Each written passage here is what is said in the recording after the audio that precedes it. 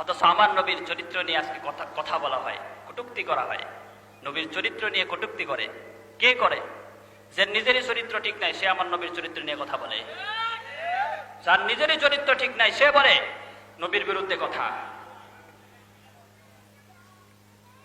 সমস্ত মাযহাবের ইমাম একমত, আল্লাহর নবীর আরশচুম্বী মান-শান নিয়ে যদি কেউ কটূক্তি করে তাকে মৃত্যুদণ্ড বহাল করতে হবে, তাকে মৃত্যুদণ্ড কার্যকর করতে হবে। সে যদি তওবা করে তার তওবাও কবুল করা হবে না, তাকে মৃত্যুদণ্ড থেকে রেহাই দেওয়া হবে না।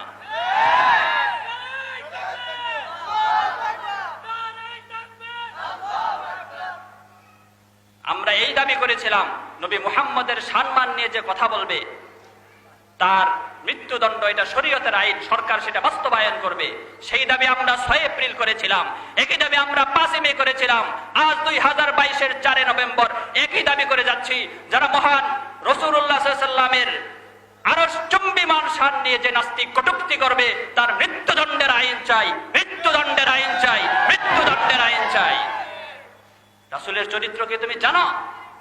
शबनम से ज्यादा पाकीज़ा मोहम्मद, खुशबू से ज्यादा मुअत्तर मोहम्मद, सूरज से ज्यादा ताबिंदा मोहम्मद, साहिब काबा कौसैन मोहम्मद, सय्यदुल आरिफीन साजिदी मोहम्मद, सय्यदुल अस्फिया वल अत्किया मोहम्मद, मकसदे कायनात मोहम्मद, मरकज़े कायनात मोहम्मद, हुस्ने कायनात मोहम्मद, रौनक़े कायनात मोहम्मद, फ़ख्रे कायनात मोहम्मद, हादिये कायनात मोहम्मद, रौनक़े कायनात मोहम्मद, व इज़्ज़त में अव्वल, अज़मत में अव्वल, रफ़अत में अव्वल, शौकत में अव्वल, इफ़्फ़त में अव्वल, इस्मत में अव्वल, कुदरत में अव्वल, चाहत में अव्वल, यूसुफ से पहले, यहया से पहले, सालेह से पहले, यूशा से पहले, जमाले मुअल्ला, कमाले ताला, निगाहों की जन्नत, नबूवत का ताला, व आदम ता ईसा सभी का हवाला, वो हर मोजज़े में नबियों से निराला, वो तौहीद रब को सुनाने है आया, वो उम्मत को सीने लगाने है आया।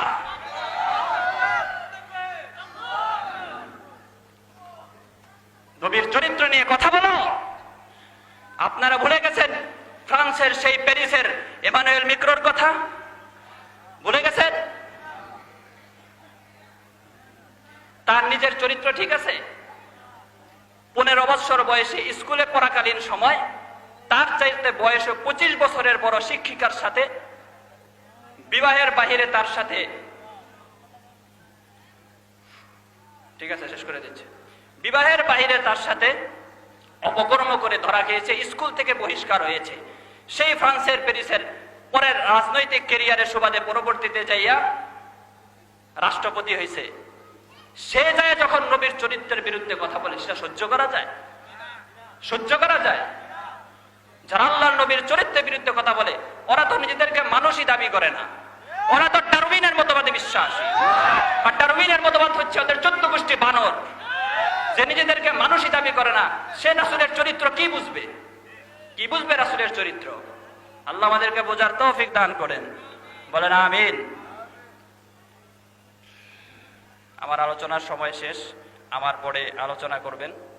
আমি আলোচনা এখানে শেষ করছি। ওয়া আখিরু